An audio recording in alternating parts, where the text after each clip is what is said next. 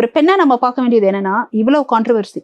ஒரு பெண் கடந்து வந்து நிக்கிறா ஸ்டாண்டர்டா. கல்யாண பெண் கிடையாது, ஆண் துணையோட எல்லாம் இல்ல, நல்லா பாத்துக்கோங்க. ஒரு புருஷன் அப்படின்ற மாதிரி எல்லாம் இல்ல.